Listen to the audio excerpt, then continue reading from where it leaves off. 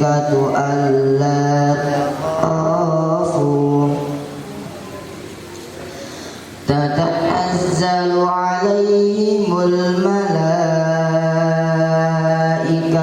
ألا تخافوا ولا تحزنوا وأبشروا بالجنة التي كنتم توعدون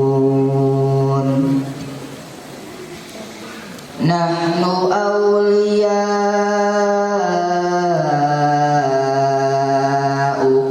في الحياة الدنيا وفي الآخرة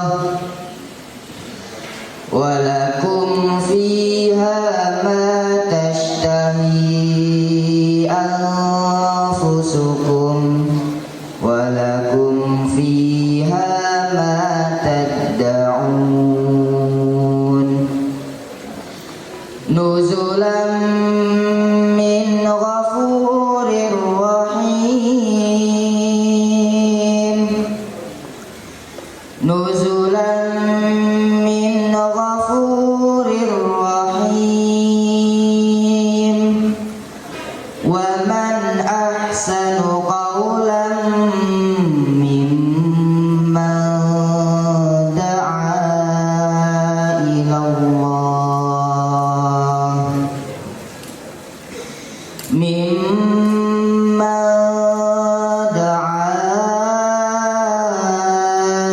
الله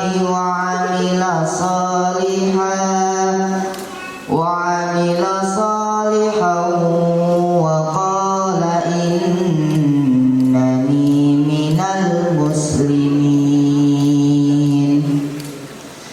ولا تستوي الحسنة ولا السيئة ادفع بالتي هي أحسن فإذا الذي بينك وبينه عداوة كأنه ولي حميم وما يلقاها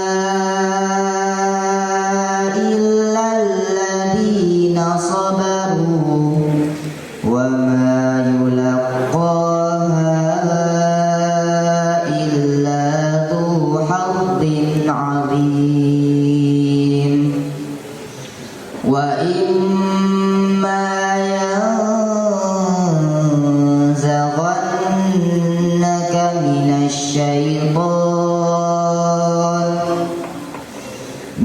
الشيطان نزغ فاستعذ بالله إنه هو السميع العليم اللهم ارحمنا بالقرآن. Assalamualaikum warahmatullahi wabarakatuh. Assalamualaikum warahmatullahi wabarakatuh. Innal hamdalillah nahmaduhu wa nasta'inuhu wa nastaghfiruh wa na'udzu billahi min shururi anfusina wa sayyiati a'malina may yahdihillahu fala mudilla lahu wa may yudlil fala hadiya lahu asyhadu an la ilaha illallah wahdahu la syarika lahu wa asyhadu anna Muhammadan abduhu wa nabiyyu wa rasuluhu amma. Qala Allah Ta'ala fi kitabihil karim, a'udzu billahi minasyaitonir rajim. Ya ayyuhalladzina amanu taqullaha haqqa tuqatih wa la tamutunna illa wa antum muslimun. Ya ayyuhalladzina amanu taqullaha wa qulu qawlan shadida yuslih lakum a'malakum wa yaghfir lakum dhunubakum wa may yuti'illaha wa rasulahu faqad faza fawzan 'azima. Wa qala Rasulullah sallallahu alaihi wasallam man salaka tariqan yaltamithu fihi 'ilman sahalallahu lahu bihi tariqan ilal jannah. Allahumma salli ala Muhammad wa ala alihi wa sahbihi wa barik wa salam. Jamaah, bapak-bapak serta ibu-ibu, sahabat semuanya, rahimani wa rahimakumullah. Pertama saya mengajak kepada pribadi dan kepada panjenengan semuanya untuk senantiasa memanjatkan kesyukuran kita atas segala nikmat dan karunia yang Allah Ta'ala berikan, hingga pagi hari ini kita bisa berkumpul di tempat ini yang mudah-mudahan menjadi bagian dari tempat yang Allah berkahi, yang Allah hormati, dalam kondisi sehat, dalam kondisi tak kurang satu apapun. Mudah-mudahan Allah Ta'ala pandaikan kita untuk menjadi hambanya yang senantiasa dimampukan untuk mensyukuri nikmat dan karunia-Nya. Salawat beriring salam semoga Allah limpah curahkan kepada qudwah hasanah kita Rasulullah Muhammad sallallahu alaihi wasallam. Salawat beriring salam semoga Allah limpah curahkan pula kepada keluarganya, kepada para sahabatnya, kepada tabi'in, tabi'ut tabi'in dan seluruh umatnya. Berharap kita menjadi bagian di dalamnya, berharap kita menjadi umatnya yang kelak mendapatkan syafaatnya. Allahumma amin. Bapak dan ibu sekalian, hadirin rahimani wa rahimakumullah. Yang pertama saya sampaikan mewakili dari Sohibul Bait sebagai tuan rumah, selamat datang, ahlan wa sahlan. Selamat berjumpa lagi dalam forum yang semoga ini menjadi awalan yang baik yang akan kita istiqomahkan mudah-mudahan dari mulai pagi ini. Setiap Ahad pagi mudah-mudahan Allah mampukan kita untuk bermajlis seperti ini. Maka doa dari Bapak dan Ibu sekalian mudah-mudahan menjadi wasilah dari Allah Ta'ala agar kajian di Ahad pagi bisa terus berlangsung ke depan nanti, sehingga Allah pandaikan kita dengan ilmunya, sehingga Allah semakin fahamkan kita dengan risalahnya. Semoga dengan itu bisa menjadi jalan ibadah kita kepada Allah Ta'ala. Mohon maaf atas segala kekurangannya, di mana ini masih perdana di Ahad pagi. Mohon agar segala hal yang mungkin Bapak dan Ibu kurang berkenan, dan mohon ada hal-hal yang mungkin tidak biasa sebagaimana dulu, harap bisa menjadi maklum. Mohon maaf ketika tadi panjenengan masuk harus kami tembak pakai termogan, karena itu bagian dari protokol kesehatan yang harus dilakukan. Mohon maaf apabila ada beberapa hal teknis yang harus kami persiapkan. Mudah-mudahan itu menjadi ikhtiar bagi kita semua agar Allah anugerahkan kesehatan kepada kita semua. Mohon kepada Bapak Ibu juga minta maaf untuk kajian berikutnya di Ahad pagi khususnya, dan juga di alhamdulillah kita juga sudah memulai di Jumat sore. Selama masa new normal ini, harapannya masing-masing dari Bapak Ibu yang hadir di majelis kita ini, majelis kita bersama ini, berkenan untuk menggunakan masker dari rumah, gitu ya, untuk mengikuti protokol kesehatan yang menjadi kebijakan yang disepakati bersama, seperti itu. Ini yang perlu saya sampaikan di awal. Maka mohon dimaafkan atas segala ketidaknyamanan ini, karena kami sebagai panitia harus mempertanggungjawabkan ini semua. Bahkan sebelum bikin acara seperti ini harus ada belangko yang kami tanda tangani, seperti itu. Jadi harap menjadi maklum. Kok rodo angel to saya kira ngaji wae. Ini bukan masalah angel dan tidaknya, ini masalah hal-hal yang bisa menjadikan semuanya bisa berjalan dengan baik dan lancar, seperti itu. Jadi yang awal sebagai tuan rumah saya meminta maaf atas ketidaknyamanan itu, semata-mata sebagai ikhtiar kita untuk bisa bersinergi, berkolaborasi dengan seluruh elemen masyarakat yang harapannya menjadi sesuatu yang nyaman untuk kita bersama. Itu yang pertama saya sampaikan. Yang kedua, alhamdulillah kajian Jumat sore juga sudah kita mulai. Monggo kepada Bapak Ibu semuanya, bagi yang berkenan, bukan yang longgar waktunya. Kalau longgar itu nggak pernah ada longgarnya, ya. Maka melonggarkan waktu, ya, untuk bisa hadir juga di majelis Jumat sore seperti itu. Kalau kita tidak memanajemen waktu kita, memang meluangkan waktu kita itu semuanya adalah orang-orang sibuk dan akan selalu sibuk, gitu ya. Maka kita sendiri yang bisa memanajemen waktu kita. Monggo bagi Bapak Ibu yang berkenan untuk hadir di kajian Jumat sore, insya Allah Jumat depan juga sudah dimulai, bahkan sudah dimulai dari Jumat kemarin. Itu informasi-informasi kegiatan taklim di tempat ini. Yang kedua, perlu saya informasikan, insya Allah kita akan menyelenggarakan sholat Idul Adha bersama di tempat ini. Monggo panjenengan yang menghendaki untuk sholat Idul Adha di tempat ini, insya Allah besok kita akan menyelenggarakan sholat Idul Adha di tempat ini. Sekaligus kita juga menyelenggarakan sembelih kurban. Maka kepada Bapak dan Ibu sekalian, apabila ada yang berkenan untuk memotong hewan kurbannya di sini, bisa berkonfirmasi dengan kami agar hewan-hewan kurban yang akan kita sembelih nanti sudah bisa kami data, sehingga tenaga yang kita persiapkan bisa disesuaikan. Insya Allah kita juga mempunyai program-program untuk menyembelih hewan kurban di luar, di desa-desa yang membutuhkan, manakala memang jumlah yang berkorban itu cukup untuk kita bagi-bagi ke desa-desa yang membutuhkan. Andai kata tidak cukup, maka akan kami sembelih di tempat ini dan akan kami bagikan sudah dalam bentuk daging kurban, seperti itu.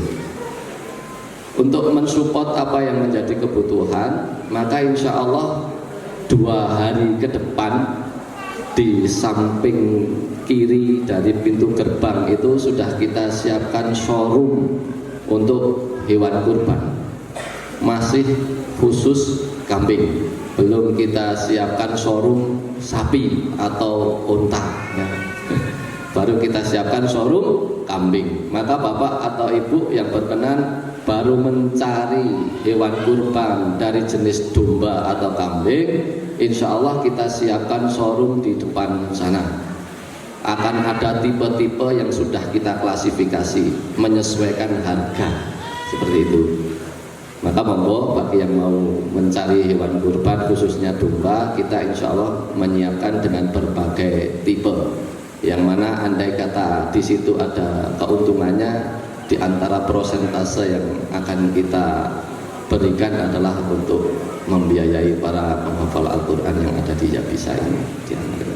Maka silahkan siapa yang berkenan untuk bertransaksi dengan kami dengan hewan kurban, insya Allah 2 hari ke depan sudah kita siapkan kambing-kambing kurban di depan sebelah kiri yang sudah kita siapkan. 2 informasi itu yang kiranya bisa saya sampaikan mewakili Sohibul Bait sebagai tuan rumah. Mudah-mudahan informasi ini membawa manfaat untuk Bapak Ibu sekalian. Semoga panjenengan dan saya dimampukan oleh Allah Ta'ala untuk senantiasa menjalankan perintah-perintahnya, hatta itu yang cukup dengan raga kita atau yang harus diikutkan biaya. Mudah-mudahan ketika itu dalam rangka mentaati Allah, semoga Allah mampukan kita semua. Allahumma amin. Itu saja yang bisa saya sampaikan sebagai informasi dan ucapan selamat datang kepada panjenengan semua. Alhamdulillah Ustadz Ransi Al Indragiri sudah berada di lokasi ini dan kita tunggu nasihat-nasihat beliau untuk kita semua yang mudah-mudahan akan terus mengupgrade keilmuan kita semuanya. Akhirul kalam, afu minkum. Assalamualaikum warahmatullahi wabarakatuh.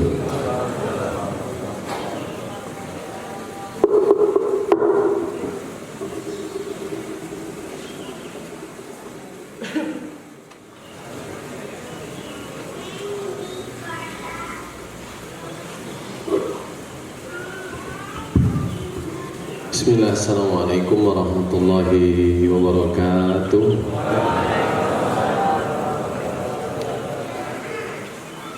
Alhamdulillah, assalatu wassalamu ala rasulillah. Asyhadu an la ilaha illallah wahdahu la syarika lah, wa asyhadu anna muhammadan abduhu wa rasuluhu la nabiyya wa la rasula ba'dah. Alhamdulillah, kita bersyukur masih diberi kesehatan, kesempatan. Mudah-mudahan duduk kita di sini, perjalanan dari rumah ke sini, dan nanti pulangnya kita ke rumah semuanya menjadi pahala di sisi Allah. Amin ya rabbal alamin.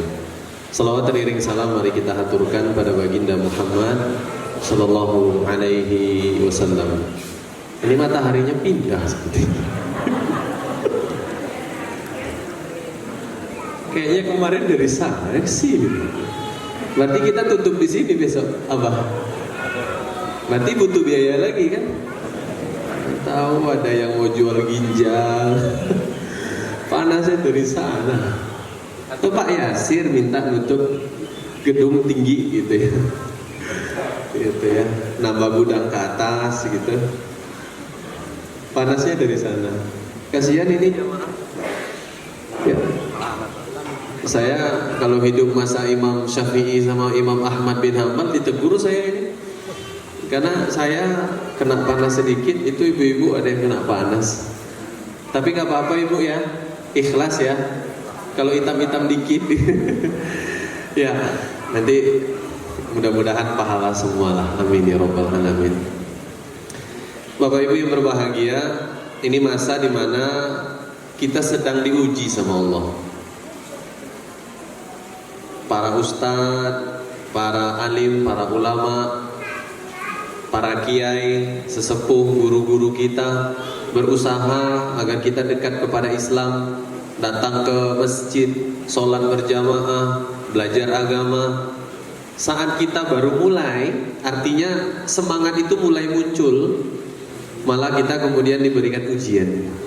Ujiannya, dulu kita takut perang.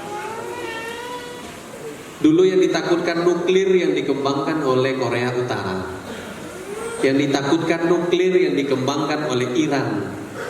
Tapi rupanya bukan nuklir yang membuat kita diam di rumah dan tidak keluar rumah. Ya, makhluk kecil, tapi dengan itu orang takut keluar rumah. Cuma setelah 3 bulan, 4 bulan berlalu, ada yang aneh. Masjid masih sepi, sholat masih berjarak, di mall, di pasar santai aja. Betul Bapak Ibu ya? Seakan-akan kayak tak ada masalah ya. Cobalah kalau ke mall itu penuh parkirnya Pak, susah jadi tempat di sana, tak ada jaga jarak. Betul sih ya, liftnya itu di lift gitu ya ada. Tapi kalau namanya masuk ya udah dempel lagi ya, apalagi di pasar umum, betul kan? Tuh tetap. Tapi anehnya giliran ke masjid orang takut banget. Padahal bawa sajadah sendiri, betul? Cuci tangan juga, ukur suhu tubuh juga. Ya. Tuh. Jadi kita sedang diuji. Ujian yang luar biasa. Ujian yang Bapak Ibu, ini saya tidak pamer buku ya. Kalau Bapak Ibu punya rezeki, ya lumayan ini buku bagus. 40 karakteristik mereka yang dicintai oleh Allah Subhanahu wa taala. Kami tak jualan buku, tapi buku ini kalau mau beli insya Allah dapatnya di toko buku. Ustadz punya toko buku? Enggak. Ustadz jualan buku? Enggak, kami tak jualan buku. Tapi kalau Bapak Ibu pengen beli, insya Allah ada di toko buku. Gitu ya, online, offline mungkin ada. Itu. Jadi nanti bagus buku ini karena nanti salah satu karakter orang yang dicintai Allah, tanda orang yang dicintai Allah dimuat di sini. Ya, dimuat di sini. Ketika kita menghadapi kondisi seperti ini, maka sebenarnya Allah pengen menunjukkan tanda cinta yang luar biasa. Makanya kita pagi ini mau bahas COVID dan tanda cinta dari Allah. Gitu ya. Tanda cinta dari Allah. Bapak Ibu yang berbahagia, dulu kita menganggap mungkin COVID ini adalah bencana musibah yang dengan itu Allah benci sama kita. Tidak. Kalau kita bisa mau melihat, musibah itu sebenarnya malah tanda Allah mencintai kita. Hadis ini diriwayatkan Imam Bukhari. Rasulullah SAW bersabda, "Man yuridillahu bihi khairan yusib lahu." Man, siapa saja, yuridillah, yang Allah inginkan atasnya khairan, kebaikan di dunia dan di akhirat, yusib lahu, Allah beri dia musibah.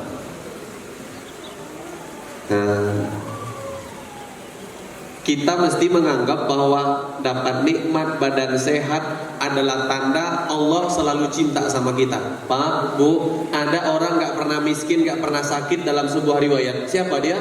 Fir'aun. Fir'aun. Ya. Hadis ini hadir ketika Rasulullah bersabda, "Man, siapa saja yang Allah inginkan atasnya kebaikan khairan dunia maupun akhirat, yusib lahu, Allah beri dia musibah, Allah beri dia ujian." Maksudnya apa? Pernah dulu ada orang kaya raya, tinggi kedudukannya, banyak hartanya, sehat badannya, tapi gara-gara itu akhirnya dia menjadi jauh dari Allah. Pernah Bapak Ibu yang berbahagia, ada sebuah kisah fiktif gitu ya. Jadi orang sedang bangun bangunan bertingkat gitu ya. Bos di atas sana itu manggil bawahan di bawah, dipanggil teriak, "Oi, aku di atas!" Nggak lihat ke atas, nggak. Akhirnya si bos karena berteriak manggil nggak didengar, dijatuhkanlah benda kecil dari atas, dijatuhkan benda kecil, jatuh pas di dekat bawahan yang ada di bawah itu, jatuh di dekat dia, tapi nggak noleh ke atas, dia cuma noleh, ya. Cuma noleh kiri kanan, nggak noleh ke atas. Dijatuhin agak gede lagi, noleh tapi agak jadi mana. Akhirnya si atasan itu jatuhin batu besar banget. Baru Bapak Ibu paham? Dulu Pak, Bu, kita dikasih musibah kecil, nggak ndongak ke atas, nggak noleh ke atas. Kita dikasih musibah agak gede dikit, nggak juga noleh ke atas. Akhirnya karena juga nggak menoleh ke atas, Allah kasih musibah besar banget. Semua orang merasakan. Akhirnya barulah tersadar. Keluar ayat-ayat. Bahkan dicari, rupanya di Iqra ada corona. Luar biasa. Dikait-kaitkan rupanya. Emang orang kita tuh suka gatuk-gatuk, betul Pak ya? Suka mengait-ngaitkan gitu loh. Itu orang kita. Kaitkan sedikit. Allah sebelumnya Pak sudah berikan peringatan. Sudah datang ustaz, datang kiai, datang muballigh, datang penceramah, disampaikan di khutbah Jumat, di kajian-kajian disampaikan Pak. Ya, disampaikan. Tapi banyak orang tak sadar. Bahkan Pak poster dibuat yang bagus-bagus, foto ustaznya dibuat putih. Ada editor saya di sini. Bisa diputihkan, ntar dia bilang bisa rupanya. Hidung tak mancung, tarik dikit. Jadi jangan percaya foto di poster, banyak bohong ya Bapak Ibu ya. Nah sekarang saat ini kita dapatlah musibah besar ini, dan ini sebenarnya Allah mencintai kita karena Allah pengen kita dekat kepada Allah. Makanya kata Rasulullah, man yuridillahu bihi khairan yusibalahu. Orang kalau Allah inginkan atasnya kebaikan, Allah kasih musibah. Allah kasih musibah. Bapak Ibu pernah jadi guru atau ngajarin anaknya? Ya, jadi alhamdulillah Bapak Ibu saya kuliah di bidang pendidikan. Oke ya. Jadi guru itu biasanya kalau mencintai seorang murid, oke? Itu mesti muridnya suka diuji, suka ditanya. Siapa yang tahu 5 kali 5 berapa? Dijawab sama murid yang bagus. 25 kali 5 berapa? Ini tanda guru cinta kepada muridnya. Pak, guru yang gak cinta sama muridnya, Pak, dibuat slide. Bapak tahu slide, PPT, PowerPoint. Kayak ceramah pakai PowerPoint itu loh. Ustadznya duduk di kursi, gerakinnya. Ya, nomor 3. Ya, itu sabar itu tuh. Tuh. Terus, saya punya dosen kayak gitu, Pak. Nggak pernah beliau berdiri ngasih pertanyaan ke mahasiswa, nggak pernah. Gitu ya, nggak berkesan sama sekali. Tapi guru yang menyayangi muridnya biasanya menguji. Ada muridnya pinter, dikasih ujian lagi. Makanya ada pepatah di Indonesia, makin tinggi pohon, makin kenceng anginnya. Kan begitu. Nah, manusia yang cinta sesama manusia itu dikasih ujian, Pak. Begitu pula lah Allah. Jadi di sisi lain kita menyadari banyak dosa kita. Corona ini datang karena dosa banyak. Tapi di sisi lain, Pak, kita berpaham, oh ya, musibah ini adalah cara Allah dengan sudut yang lain, dengan cara yang lain menunjukkan Allah mencintai kita. Cintanya di mana? Agar kita mendekat kepada Allah. Terbukti, Pak, orang sekarang jaga, Pak, kebersihan, betul? Ada sebuah hadis, ulama beda pendapat. Ada yang katakan doif, tapi di dalam kitab Al-Wajiz fi Fiqhil Islami ditulis oleh Profesor Dr. Wahbah Az-Zuhaili, hadis ini dinyatakan kuat, minimal hasan. Kata Nabi SAW, at-tuhuru satrul iman. Dalam riwayat yang lain, at-tuhuru minal iman. Dulu, Pak, mau makan, apalagi anak pondok, Pak, belum 5 menit kalau jatuh, nah ada bersih-bersihnya. Mau makan, Pak, belum cuci tangan, bismillah, halal. Begitu, Pak, dulu. Pak, maaf banget, coba kalau kita jalan-jalan, Pak, atau di pasar, atau kita lewat di sebuah tangga, coba lihat orang Indonesia gampang banget pegang-pegang, betul? Oke ya? Islam kan gak ngajarin begitu, betul kan? Ini dipegang kalau diperlukan, kita enggak. Apalagi kalau naik eskalator di mall, Pak, kaki orang kita. Sekarang orang belajar, oh, enggak boleh sembarang pegang, pakai masker kemana-mana, cuci tangan, nggak boleh sembarangan. Akhirnya sampai, Pak, di Eropa pernah disampaikan orang yang tidak akan terkena corona, kata mereka, adalah orang Islam. Islam yang berpegang dengan ajaran Islam, sangat menjaga kebersihan. Pak, maaf sekali, COVID-19 itu, Pak, acak. Pernah dengar seorang dokter yang mengurus pasien corona pulang ke rumah, dokternya positif bahkan meninggal dunia, anak dan istrinya enggak? Paham, Pak, ya? Bu? Ada ibu-ibu, nenek-nenek di rumah gak pernah punya tamu dari luar negeri, dari luar kota, tiba-tiba positif corona.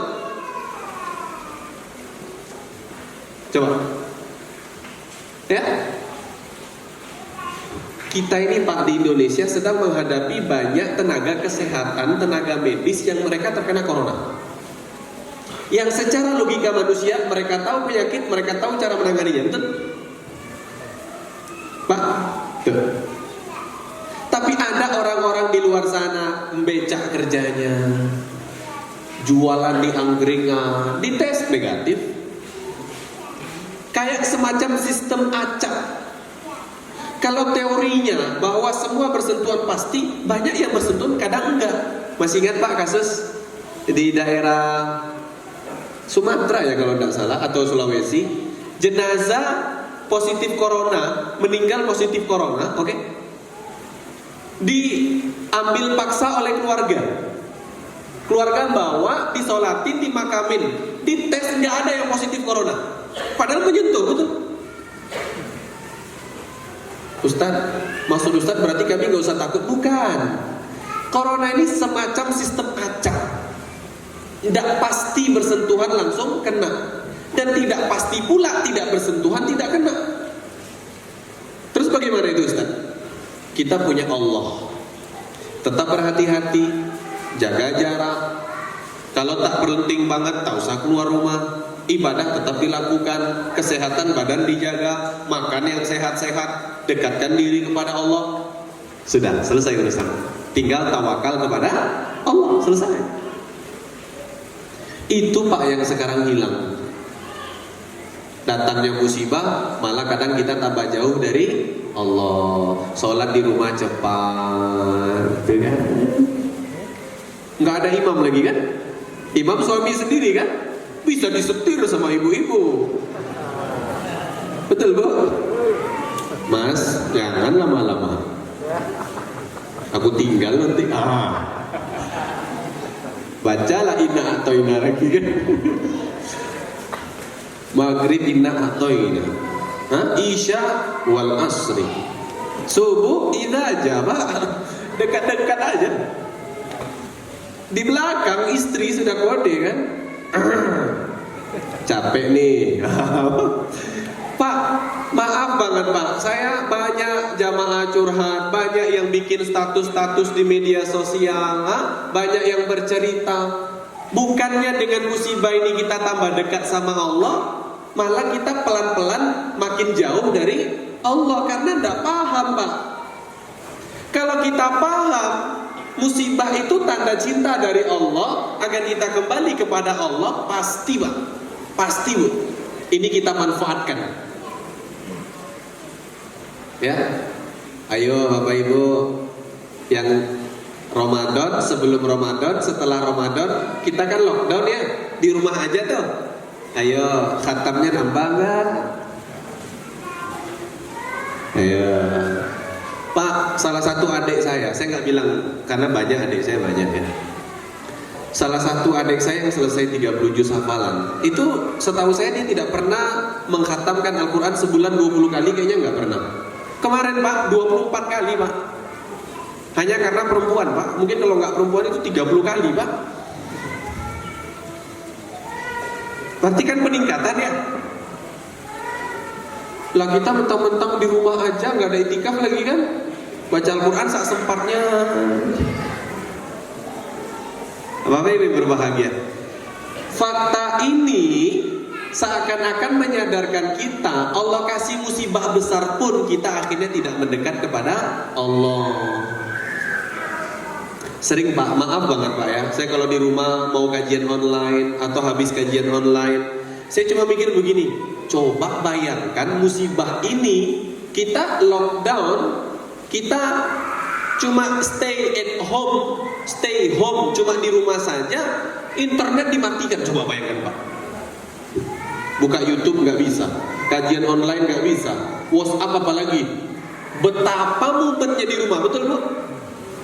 Sekarang kan enak ibu-ibu, mainnya WhatsApp aja itu Pak. Nah buka grup kan, gimana Cin?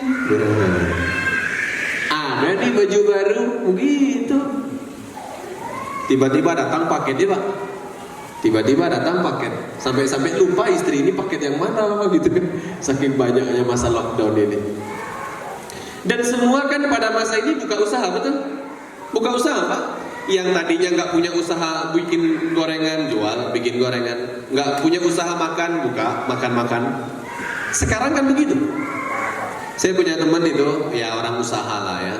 Beliau orang usaha, beliau cerita, Bang, karena saya di atas beliau beberapa bulan gitu ya. Bang, sekarang ini Bang, persaingan dagang dan bisnis itu terbuka untuk semua orang.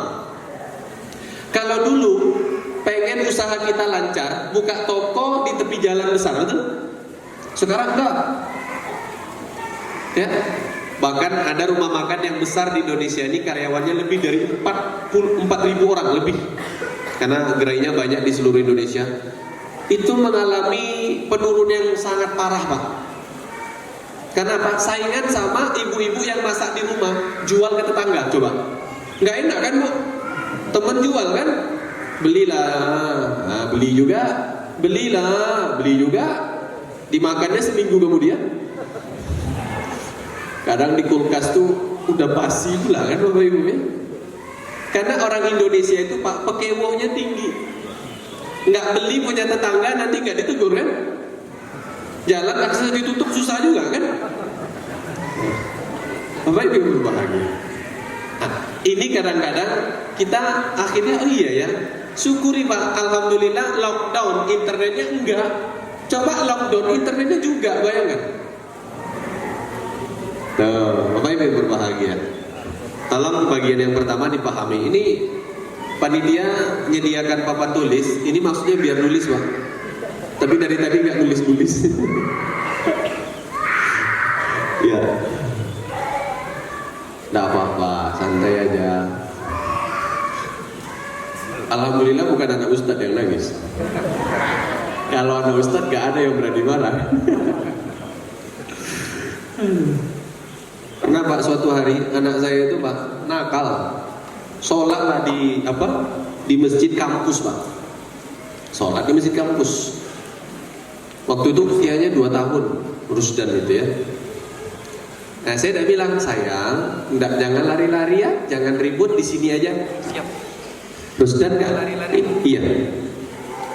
Duduk di sini? Iya. Sholat maghrib itu, Pak, di masjid kampus. Allahu Akbar. Pertama duduk, Pak. Waladhdallin, pergi. Saya bingung kok rasanya tuh dia pergi pulang. Saya nggak tahu dia ngapain, Pak. Begitu salam, assalamualaikum. Assalamualaikum. Di belakang ini kunci, Pak, sama handphone udah banyak. Tidak ada jamaah yang cemberut, Pak. Senyum semuanya. Anak ustaz. Coba ada jamaah lain, Pak. Penuh, Pak, di belakang. Dengan polos dia bilang, Abah, handphone kita banyak. Ayo. Alhamdulillah jamaah senyum semua. Saya bilang kembali lagi satu-satu, saya nggak hafal. Hafal lagi, acak kan, Pak. Bapak Ibu berbahagia. Dulu saya waktu kecil, Pak, maaf, saya tinggal dengan nenek saya. Terus kalau nenek saya ngaji, Pak, saya tuh tidur tuh di sana. Saya sebelah nenek saya tidur itu kecil-kecil. Ada maulid Nabi, tidur saya itu, Pak. Ya, acara-acara ikut ngaji, tidur saya itu, nggak dengerin ceramah. Nggak tahu saya, judulnya aja nggak tahu saya, Pak. Tapi kenangan itu melekat sampai besar. Punya chemistry dengan masjid sampai hari ini. Jadi jangan pernah malu, takut, apalagi enggan bawa anak ke masjid atau kajian. Ya, kadang nangis, kadang lari-lari, biasa anak kecil. Kalau anak kecil kok duduk di depan ini mencatat, itu aneh, Pak. Wah, Pak, duduk di sini sambil pula berzikir lah. Viral, Pak. Itu ya. Jadi anak kecil tuh udah selayaknya lari-lari, main gitu tuh udah biasa itu. Kita lanjut, Pak ya, Bu. Nah, kita sudah sadar, sudah paham bahwa Allah dan Rasulullah mengabarkan kalau ada musibah itu sebenarnya tanda cinta Allah, karena Allah pengen kita kembali kepada Allah, mendekat kepada Allah. Surah Taghabun ayat 11 ini sering tak sampaikan. Ya. Kata Allah Subhanahu wa taala, a'udzubillahi minasyaitonir rajim. Ma asaba min musibatin illa biiznillah. Wa man yu'min billahi yahdi qalbah. Kata Allah, ma asaba min musibatin illa biiznillah. musibah terjadi pasti seizin Allah. Kalimat berikutnya coba lihat, kata Allah, "Wa may yu'min billahi yahdi qalbah." Coba lihat. "Wa man yu'min billah." Ketika musibah datang, ada iman di hati manusia tadi, yahdi qalbah, maka hatinya mendapatkan petunjuk, mendapat hidayah. Tuh ayat Pak, Bu. Jadi Allah mengirimkan hidayah, itu sebenarnya ada hidayah di dalam musibah tadi. Orang Allah kirimkan hidayah dengan musibah. Allah kasih kita musibah, ada hidayah di dalamnya. Pak, orang yang tercinta dalam hidup saya meninggal, nenek saya. Tapi setelah beliau meninggal, saya sadar saya harus sekolah di tempat yang minim dosanya. Saya pikir tempat yang minim dosa adalah pondok pesantren. Saya masuk pondok, Pak. Bapak saya Pak anggota dewan, Pak. Ibu saya asar jamak maghrib, Pak. Saya bilang, "Ma, kenapa nggak asar? Belum mandi," katanya. Nanti habis mandi sore baru sholat, Pak. Tak lama sholat azan maghrib. Nah, jamak kan? Pakai jilbab panas katanya, Pak. "Mak, pakai jilbab, Mak. Sumuk. Tapi Pak, maksudnya saya bukan anak seorang ustaz. Tapi begitu nenek meninggal, Pak, saya mikir saya tidak boleh sekolah di tempat yang potensi dosanya besar. Karena saya kurang bisa menahan diri, saya jangan kuliah. Saya masuk pondok saja. Masuk pondok saya, Pak. Jadi di balik musibah itu Allah sediakan hidayah. Itulah tanda cinta Allah, Pak. Dan Allah kalau mencintai hambanya, pasti Allah kasih hidayah, pasti. Dan hidayah itu kadangkala Allah titipkan melalui musibah. Ini yang sekarang kita hadapi. Jadi jangan selalu melihat negatif. Jangan selalu melihat dari sisi yang buruk. Lihat sisi yang lain. Alhamdulillah, bapak-bapak yang kemarin gak mau tahu jadi imam, sekarang sudah ngafal-ngafal surat pendek. Betul kan, Bu ya? Minimal kan ada Al-Quran berdiri itu tuh kalau sholat. Kan ada Al-Quran berdiri itu kan? Tabat yada bila. Cuma kan urusannya masalah kalau Al-Qurannya kebalik sendiri kan gitu ya. Hilang kan Pak ya. Pak, waktu COVID-19 ini Pak, saya masih ngajar di rumah-rumah. Yang negatif corona, mereka ngaji sama saya tapi les di rumah-rumah Pak. Itu di rumah mereka ada sajadah imam, dan di depan sajadah pasti ada Al-Quran berdiri itu Pak, yang gede Pak. Semua bapak-bapak tuh pada cerita, dulu kami nggak mau peduli penderitaan imam. Sekarang kami tahu rasanya. Nggak enak Pak jadi imam tuh Pak. Apalagi jamaah sudah batuk di belakang kan. Itu kode biar cepat itu. Apalagi istri kalau udah sinis di belakang kan. Jangan panjang-panjang. Adu punggung nanti di kasur kan. Wah ya Pak. Akhirnya bapak-bapak yang dulu gak peduli rasanya jadi imam, sekarang terasa nggak enak rupanya jadi imam. Ibu-ibu dulu yang memasaknya jarang, suka makan di luar, oke? Sekarang mau tak mau memasak, minimal ya masak air lah kan begitu ya. Pakai dispenser, gitu. Alhamdulillah, bersyukur kita kepada Allah. Katanya dulu kalau di rumah itu nggak produktif, sekarang banyak usaha dari rumah. Betul Pak, dulu banyak orang berstatement, kalau kita di rumah aja apa yang bisa dibuat? Pak, nama-nama besar di dunia ini Pak semua berasal dari rumah. Berasal dari sebuah keluarga.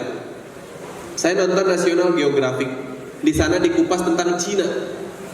Ada dinasti Zhou, ada dinasti Qin. Dinasti Zhou mereka menjadi besar, maju dan sukses karena mereka meletakkan anggota keluarga yang berkualitas sebagai tim dalam mengelola usaha atau jadi pemerintahan. Oke? Masuk dinasti setelahnya, dinasti Qin, Q-I-N. Kalau Zhou itu Z-H-O-U. Dinasti Qin sama. Jadi Pak, pada masa dinasti Qin, mengapa Cina sangat maju? Karena pada masa itu, siapa yang bersalah, maka 9 anggota keluarga ikut dihukum. Takut Pak, maju mereka.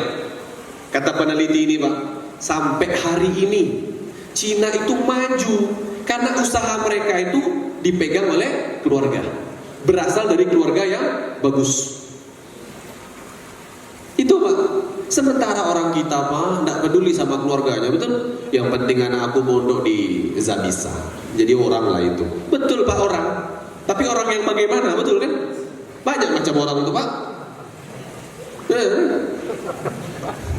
Saya kalau ngisi anak mondok di masjid itu Pak ya, ada yang tidur kepala sampai lantai, ada elastis, ya. Ada Pak, X-Men juga Pak. Ada yang pura-pura mencatat Pak, tapi tidur. Ada. Faktor keluarga itu penting Pak. Ustaz, kalau dalam Islam bagaimana? Pak, Rasulullah dikelilingi oleh keluarga yang hebat. Umar mertua, Abu Bakar mertua, Ali sepupu dan menantu, Utsman menantu, keluarga Pak. Zubair itu masih keluarga dekat sama Rasulullah Pak. Makanya perjalanannya bagus. Ya misalkan Pak Yasir gitu ya, yang jaga toko nanti di depan mungkin anak pertama gitu kan, yang jaga kasir istri bisa gitu kan. Jadi enak. Kan istri sendiri korupsi jauh lebih ikhlas kan Pak ya, daripada orang lain. Itu loh, ya korupsi istri sendiri gitu loh.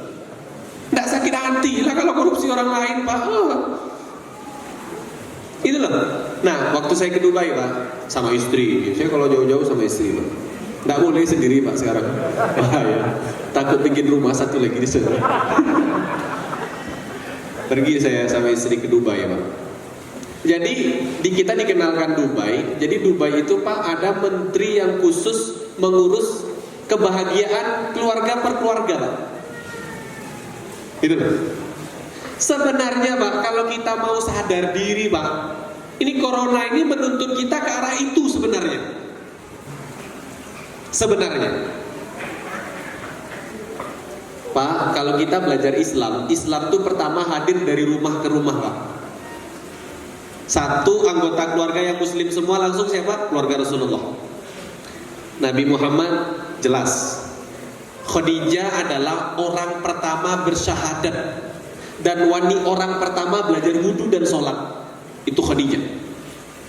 Hah? Ali sepupu beliau yang tinggal di rumah beliau langsung muslim usia 9 tahun. Dalam sebuah riwayat 11 tahun. Zaid bin Haritha, khadimun Nabi, pembantunya Nabi, Islam. 4 putri Nabi masuk Islam. Coba Pak. Kata Profesor Dr. Ali Muhammad As-Solabi dalam kitab As-Sirah An-Nabawiyah, apa kata beliau? Inilah yang menopang dakwah Nabi begitu kokoh dan kuat. Tidak peduli perkataan orang-orang di luar sana, karena begitu pulang ke rumah reda semuanya. Gimana mau reda capek di kerja, betul kan Pak? Pulang ke rumah istri pakai daster bolong-bolong. Tak ada menyejukkan, betul? Main pula handphone lagi deh. Gini mata ya Pak,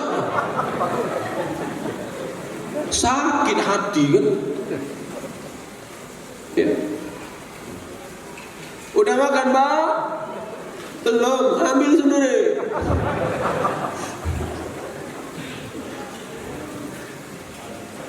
Pak, kita ini dari keluarga kita kurang. Nah, sebenarnya COVID ini datang Pak, kalau kita mau ngambil sisi positif Pak, Allah sedang ngajarin kita untuk jadi orang sukses.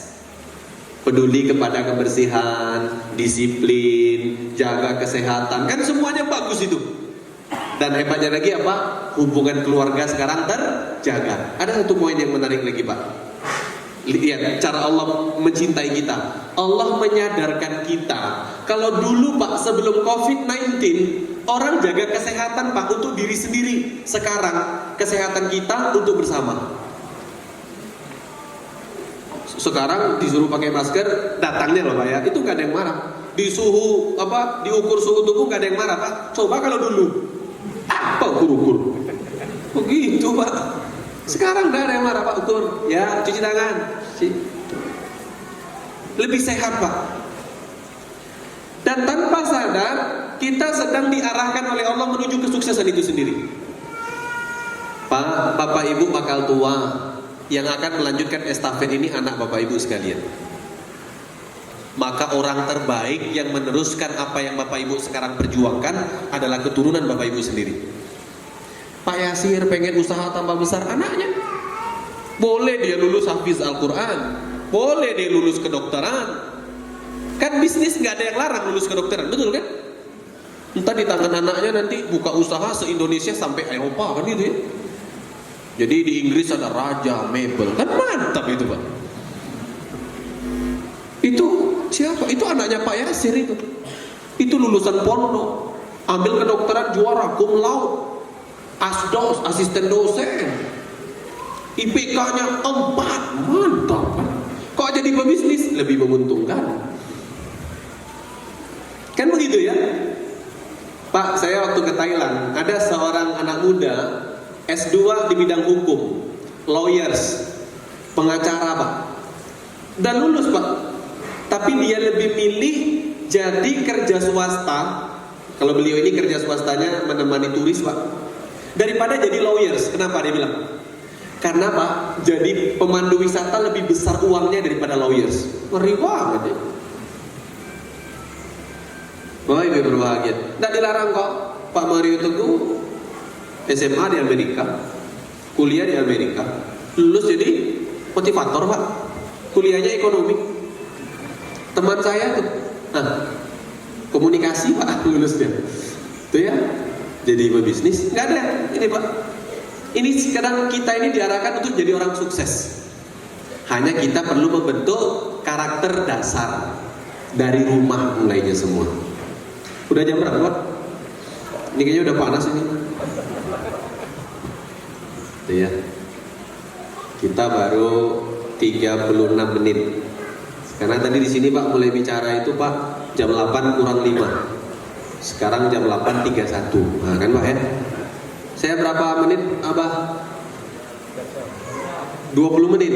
Oh iya, habis. Iya Bapak Ibu. Iya, aman. Bapak Ibu berbahagia. Dari kemarin Pak, saya udah komunikasi sama Mas Heri. Saya berharap kita yang ngaji ini semuanya sehat. Pulang dari sini sehat semua. Jadi kajian ini besok bisa berlanjut. Itu harapannya cuma itu Pak. Mudah-mudahan sehat semuanya Pak. Ya tak ada masalah apapun. Bukan hanya kita. Kalau bisa Temanggung Pak, zona hijau kalau bisa. Ya, Temanggung naik ke zona hijau. Jadi aman. Bapak mau ngaji, mau sholat berjamaah aman. Tapi kalau di kampung Pak, nggak ada corona Pak.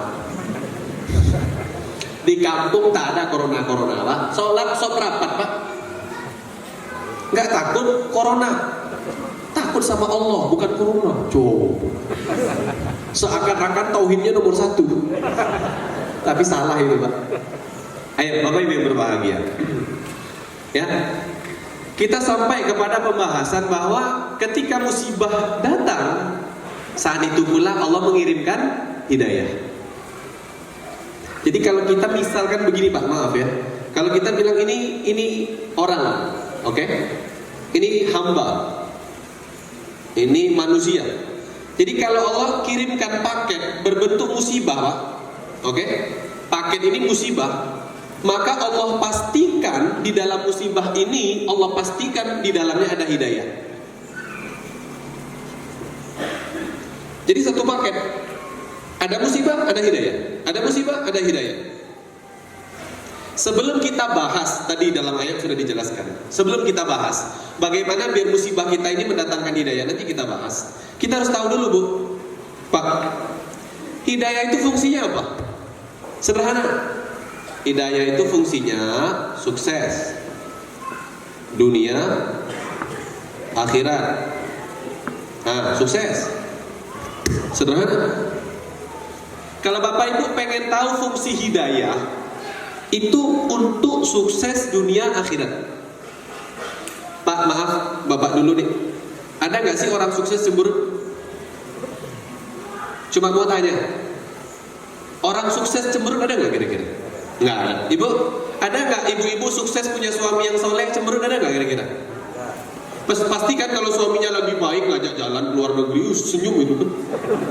Apa ya? Apalagi pulang-pulang bawain emas 3 kilo. Kira-kira senyum atau cemberut?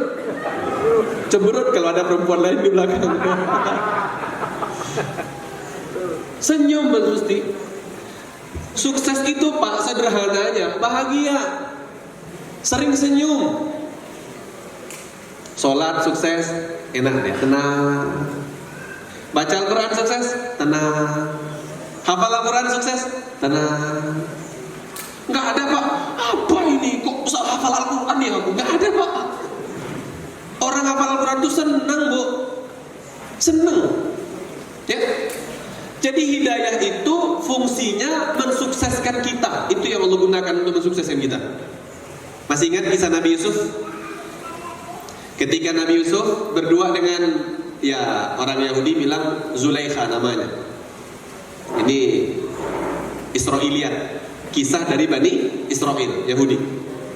Tapi kalau para ulama bilang tidak ada yang tahu nama wanita ini. Yang cuma tahu dia istri Al-Aziz. Anggaplah namanya Zulaikha, oke? Kalaupun ada bapak ibu berbeda nggak apa-apa, cuma nama. Paham bapak ibu ya? Nggak mungkin pula namanya Tukiem kan? Kan Yusuf dengan Tukiem nggak mungkin kan? Nggak nyambung Pak. Yusuf Zulaikha mending kan? Masih bisa gitu loh. Yusuf Tukiem nggak pas. Mesir Pak, bukan Temanggung. Oke Pak ya. Ketika Yusuf dengan Zulaikha sudah berduaan di dalam ruangan yang terpencil, tersembunyi, tak ada orang, cuma berdua. Kata Allah, Yusuf pengen, Zulaikha pengen, sama-sama pengen. Sama-sama pengen, berduaan. Sampai Allah berfirman, kalau bukan petunjuk dari kami, burhan, hidayah dari kami, pastilah Yusuf berzina dengan Zulaikha. Tapi Allah sukseskan Nabi Yusuf, dikasih hidayah, sadar, lari. Hidayah itu fungsinya mensukseskan, sederhana Pak. Kalau Bapak dapat hidayah, itu habis kajian senyum-senyum, lagi kajian itu senyum. Nah itu Pak. Makanya kalau orang tidur gak ada yang senyum Pak, nggak dapat hidayah. Pak ya. Senyum. Kan Bapak kalau lagi lihat istrinya soleha banget, pulang-pulang makanan siap, itu senyum kan? Rumah beres, sudah mandi, pakai baju terbaik, itu mesti suaminya senyum. Minimal ngece lah kan? Mau minta apa mah? Bapak Ibu, sederhananya hidayah itu adalah alat yang Allah gunakan untuk mensukseskan kita. Tapi musibah tadi sepaket dengan hidayah dengan catatan, tidak semua orang dapat. Si A, si B sama-sama kena musibah. Si A dapat hidayah, si B tidak. Apa masalahnya? Allah bilang, "Wa may yu'min billah." Jadi hidayah ini dan musibah ini sepaket dapat kalau ada iman.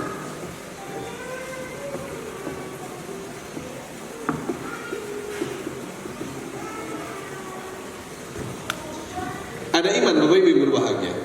Ini syarat dari Allah. Pak, pernah dengar cerita Sumayyah?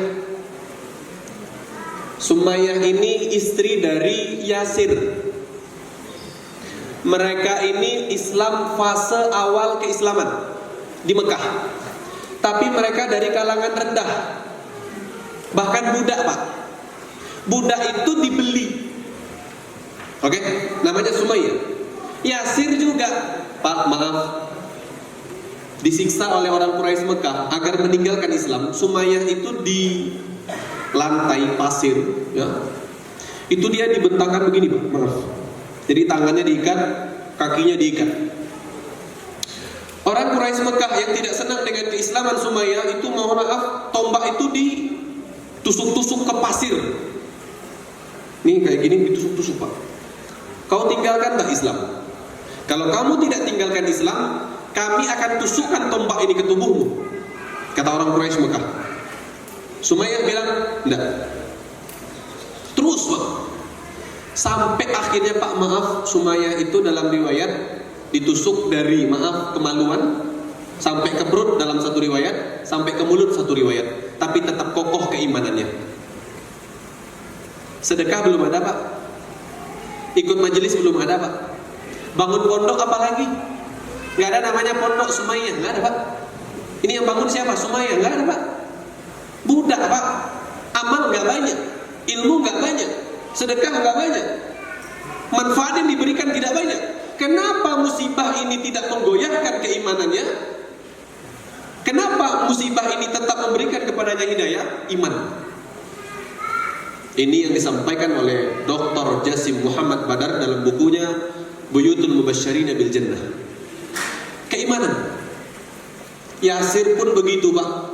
Ketika Yasir disiksa, suaminya Sumayyah lewat Rasulullah Pak. Pak, bayangkan Bapak disiksa, Nabi lewat Pak. Oke? Ketika Nabi lewat, Yasir tanya, sampai kapan ya Rasulullah kami begini disiksa? Apa kata Nabi? Isbir ya ala Yasir, fa inna mau'idakumul jannah. Sabar wahai keluarga Yasir, sesungguhnya Allah menyiapkan bagi kalian surga. Nggak ada Nabi ngasih uang, ngasih minum, membebaskan perang dengan Quraisy, nggak ada. Lewat pergi. Coba, nggak ada mengeluh ya sih?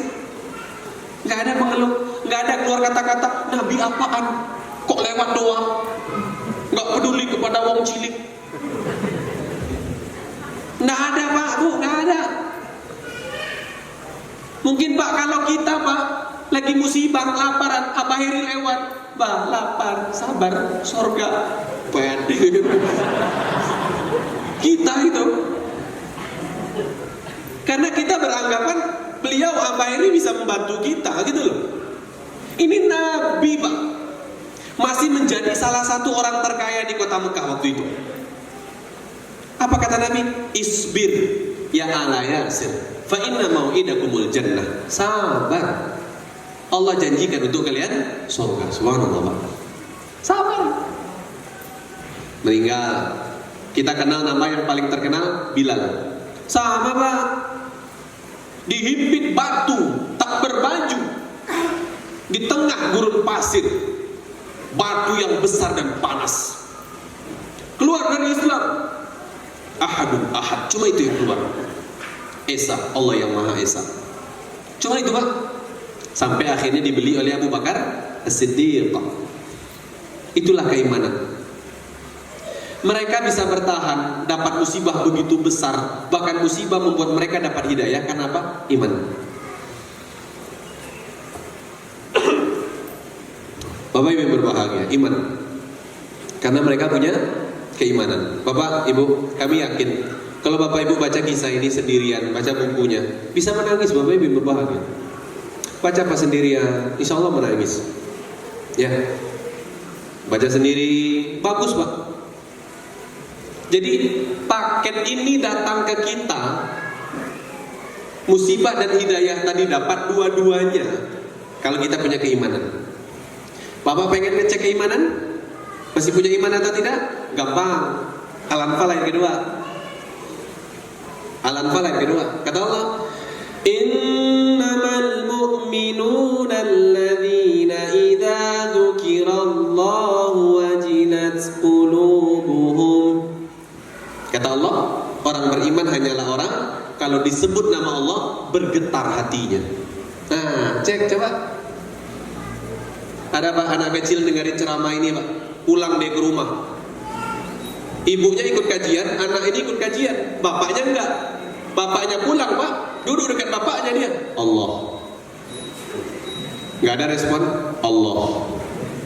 Nggak ada respon 3 kali Pak, Allah. Ketiga kali nggak ada respon, apa kata si anak? Nggak ada beriman bapakku ini. Nggak ada respon kan? Coba Bapak khotib khutbah innal hamdalillah, ngantuk kan, betul kan? Kadang belum khutbah, belum khotib naik mimbar udah tidur kadang. Yuristar kan? Jadi kalau pengen ngecek Pak, kita imannya ada atau enggak, coba aja cek, disebut nama Allah, tersentuh enggak? Kalau di dalam Al-Misbahul Munir fi Tahdhib Tafsir Ibnu Katsir ditulis oleh Syekh Sofi Rahman Abu Mubarakfuri, kata beliau, maksudnya hati bergetar itu, tersentuh itu minimal terenyuh. Disebut Allah. Ada kayak semacam apa ya? Tersentuh Pak, terenyuh. Itu berarti ada iman. Tak ada kasih cara yang lain? Ada. Wa idza tuliyat alaihim ayatuhu zadatuhum imana. Kalau dibacakan ayat-ayat Allah, bertambah keimanannya. Aduh Pak, kita ditambah baca imam panjang ngantuk Pak. Imam nih, waladhdallin, amin, semangat. Tiba-tiba imam, alif lam ra, lama ini, gitu ya. Belum lagi kalau agak pendek, udah tahu panjang misalkan kan. Tabarakal muluk, 2 halaman setengah ini. Baru 3 ayat bersaut batuknya Pak. Ini berarti iman kita bermasalah Pak. Jujur, suka imam cepat atau lambat? Ayo. Kalau di kampung saya, masjid yang paling banyak jamaah adalah masjid yang cepat sholatnya. Tetap itu di kampung saya. Kayaknya Temanggung nggak jauh beda. Bapak Ibu yang berbahagia, orang ada iman itu Pak Bu, senang dibacakan Al-Quran itu senang, dijelaskan Al-Quran itu senang, enak dengerin gitu ya. Masya Allah, Bapak Ibu yang berbahagia. Pernah Pak, suatu hari saya di bus, di depan saya itu, ya saya tidak tahu sih muslim atau tidak, tapi badannya agak gemuk, putih, tidak berjilbab. Saya baca surat Al-Qiyamah, agak pelan-pelan aja di bus kan. Ini kan kalau baru lulus pondok tuh Pak soleh banget pokoknya. Tapi kalau sudah lama lulus pondok jadi soleha Pak. Soleh Pak. Baca Al-Quran saya di bus. La uqsimu biyaumil qiyamah wala, pelan Pak, pelan. Wala uqsimu bin nafsil lawwamah. Pelan. Pak Ibu tuh langsung lihat ke belakang. Kata teman sebelah saya, bertiga kita itu duduk. Setan kepanasan. Marah Pak. Ini tempat umum. Kalau mau ngaji di masjid, coba. Panas Pak. Ya. Makanya Bapak Ibu berbahagia. Pengen ngecek iman kita bagus atau tidak, cek aja di sana. Bapak Ibu, mari kita sadari bahwa musibah ini adalah paket yang Allah kasih ke kita karena Allah pengen kita dapat hidayah yang dengan itu kita sukses dunia akhirat. Ya, kita sudah bahas bagaimana tadi itu tanda cinta, udah kita bahas bahwa dengan adanya musibah ini kita jadi jauh lebih bersih, peduli sama diri sendiri dan orang lain. Bahkan di RT ditulis, siapa saja yang punya saudara dari luar kota maupun di luar negeri, tolong lapor. Begitu kan sekarang. Saling peduli. Sempat hilang, tapi sekarang muncul lagi, alhamdulillah. Mungkin begitu Bapak Ibu yang berbahagia. Nah, itu sudah 55 menit gitu ya, kurang lebih. Nanti setelah ini Bapak Ibu kalau ada yang mau bertanya, betul, ada sesi tanya jawab Mas Heri ya? Ini kan perdana Bapak Ibu ya, ada door prize nggak Mas Heri? Apa? Enggak ada? Oh enggak ada. Saya pikir ada door prize sepeda gitu. Kan lagi demam sepeda. Mahal Bapak Ibu, sepeda mahal. Ya mahal.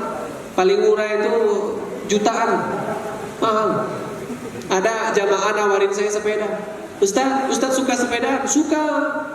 Ustaz mau beli sepeda? Ya kalau harganya cocok. Dikirimlah foto-foto sepeda. Saya tanya, yang cocok untuk saya yang mana? Ini dah. Berapa harga? 17 juta. Nggak jadi. Gimana dah? Nggak jadi. Ustaz tawaduk banget, bukan tawaduk, emang nggak punya. Saya bilang nggak bisa, terlalu tinggi harganya. Ada yang murah? Ada. Berapa? 4 juta. 4 juta. Nggak murah itu, Pak. Sepeda sekarang lagi gila-gilaan. Jadi kalau kita nggak ada door prize sepeda, harap maklum saja gitu loh. Bapak Ibu. Gitu ya. Mudah-mudahan nanti kajian pembuka ini bisa bagus dan baik. Mudah-mudahan bisa memberikan banyak manfaat. Dan nanti kalau nanti kita ngadain lagi, mungkin ustadz yang lain, ustadz yang sama, mudah-mudahan nanti sudah bisa seperti biasa, mudah-mudahan. Bapak Ibu berharap Bapak Ibu nanti sebelum pergi dari majelis berdoa sendiri boleh, atau nanti di perjalanan pulang tolong berdoa. Doakan mudah-mudahan segera normal lagi Bapak Ibu, karena kita sedang di jurang bahaya ekonominya, karena tingkat membeli kita sedang bermasalah. Indonesia, bukan hanya Temanggung, Indonesia. Jadi berdoa mudah-mudahan segera Allah kembalikan kondisi seperti sedia kala, seperti di awal. Mudah-mudahan dengan itu nanti semua bisa baik lagi Bapak Ibu ya. Kajian ibu-ibu rutin bisa jalan lagi, kajian tabligh akbar bisa jalan lagi, masjid berjamaah enak lagi kan Bapak Ibu ya. Mudah-mudahan gitu. Itu Bapak Ibu. Terakhir sebelum sesi tanya jawab, sudah kami singgung bahwa corona itu meningkatkan kepedulian di antara kita.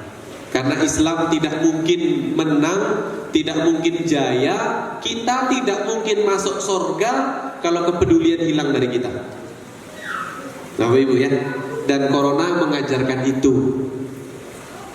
Corona mengajarkan kepedulian. Sekarang kan Bapak Ibu duduk di sebelah siapa kan peduli banget sekarang kan. Ini kenal nih, aman. Jadi itu sekarang kan. Kok dulu nggak peduli, nggak kenal nggak apa-apa kan dulu gitu. Sekarang nggak, sangat peduli. Kesehatan terutama, kebersihan dan lain sebagainya. Maka mari Bapak Ibu, rasa peduli yang sudah hadir ini kita legitkan, kita tingkatkan. Mudah-mudahan dengan itu kita bisa menjadi yang sukses dunia maupun akhirat. Amin ya rabbal alamin. Setelah ini kalau ada yang ya, kita persilahkan. Ini kayaknya sudah bergeser ke sana makasnya, gitu ya, gitu. Iya, mudah-mudahan besok dipertimbangkan ya, Abah ya. Apa yang dipertimbangkan? Monggo Bapak Ibu kalau ada yang mau bertanya nanti dipersilahkan, gitu ya. Kalau ada, santri juga boleh bertanya kalau ada. Ini kayaknya santriwati nggak datang ya? Kalau santriwati datang nanti mungkin terlalu ramai ya. Kita kan awal ini ramping dulu aja. Kalau bahasa orang gowes tuh ibu-ibu bapak tipis-tipis aja. Nah gitu. Posternya aja dibuat. Nggak sampai 24 jam sebelum hari H. Ya. Kemarin siang ya Mas Eri ya? Siang pada zuhur. Alhamdulillah izin semua aman. Izin pemerintah daerah, izin gugus Covid, tugas Covid aman semua Ustaz, aman. Ya udah. Baru buat poster. Itu ya. Salah pula lagi foto Ustaz. Ayo Bapak Ibu silakan kalau ada yang mau bertanya. Ini sengaja memang kajiannya tidak dipublish besar-besar dulu. Harapannya kita memulai dulu gitu ya. Jujur Bapak Ibu saya rindu ketemu Bapak Ibu ngaji itu rindu sekali. Ya alhamdulillah bisa ketemu terobati. Gitu? Monggo kalau ada pertanyaan. Bismillahirrahmanirrahim. Assalamualaikum warahmatullahi wabarakatuh. Waalaikumsalam warahmatullahi wabarakatuh. Perkenalkan nama saya Joshua. Saya mau bertanya kalau saat kita menghadapi musibah itu kita pasti mendapatkan hidayah, dan saat kita dapatkan hidayah itu kita pasti diuji. Nah, dalam menghadapi itu kita itu sering mendapati toxic people atau orang yang kayak berdampak kurang baik pada proses kita itu. Tapi bagaimana caranya untuk kita menghadapi toxic people atau circle atau toxic circle itu jika itu adalah orang terdekat kita? Terima kasih. Assalamualaikum warahmatullahi wabarakatuh. Waalaikumsalam warahmatullahi wabarakatuh. Seminggu atau 2 minggu yang lalu ya rame itu tentang toksik ini, rame banget gitu ya. Sampai saya baca itu ciri-ciri teman yang terkena bla bla bla bla. Saya baca. Gitu ya. Ustaz, Kadang dalam kondisi begini, masalahnya itu kadang muncul dari orang sekitar kita. Ya, entah orang tua kita. Saya punya teman, ya, selama corona ini gak keluar sama sekali. Kalau orang itu tidak mau masuk dan jabat tangan apalagi ya, bentar pergi. Sudah tuh ngelihatnya itu sudah ya seakan-akan yang aman dia yang menjaga gitu loh. Yang lain itu semua dianggap tidak aman gitu loh. Ada punya teman begitu. Ya, ada kondisi-kondisi bahkan lebih parah daripada itu. Bahkan punya jamaah yang sama sekali sampai hari ini selama 4 bulan lebih tidak keluar rumah. Tidak keluar rumah. Gitu ya. Macam-macam, kondisinya macam-macam. Gitu ya. Saya ketika membaca itu, sikap terbaik yang bisa kita berikan dan kita lakukan, apakah untuk diri kita sendiri yang terkena itu maupun orang di sekitar kita, ya.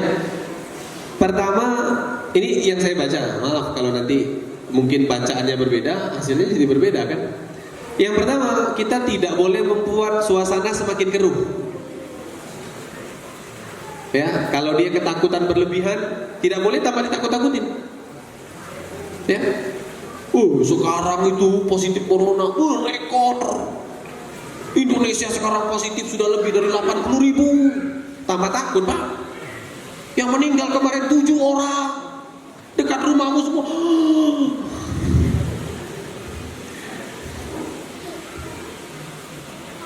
Itu saya ketika iya.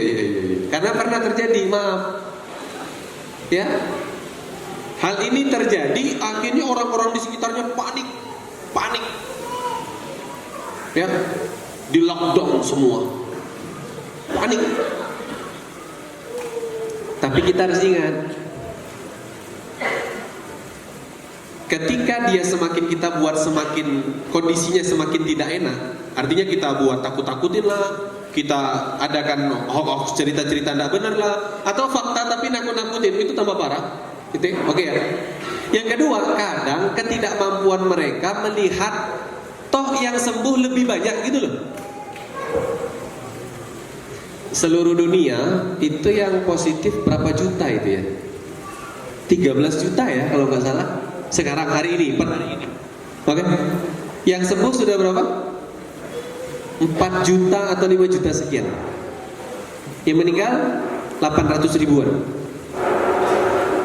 Ketika ngobrol sama orang kesehatan yang bertugas di COVID, gugus tugas ini, mereka cerita yang harus diingatkan kepada orang banyak, kata beliau, adalah ini tidak berarti pasti fatal akibatnya.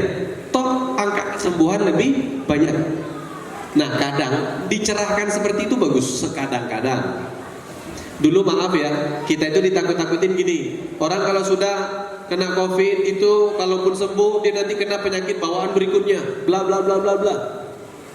Maaf, ini data yang paling banyak didapat, orang meninggal kena COVID itu rata-rata banyak karena penyakit bawaan.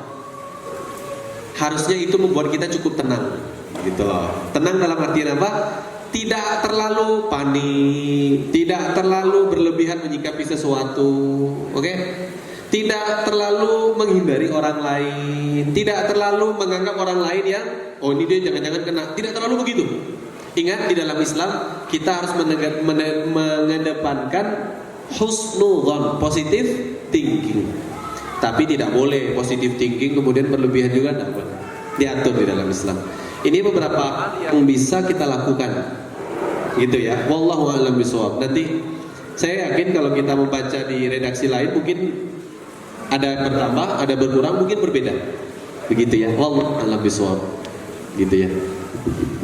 Ini sikap kita sebagai pribadi yang kena atau teman kita yang kena, gitu ya. Wallahu a'lam bishawab. Mungkin ada lagi, itu ada ibu atau mbak ya? Di sana. Karena kan pakai cadar semua, saya tidak tahu. Gitu ya.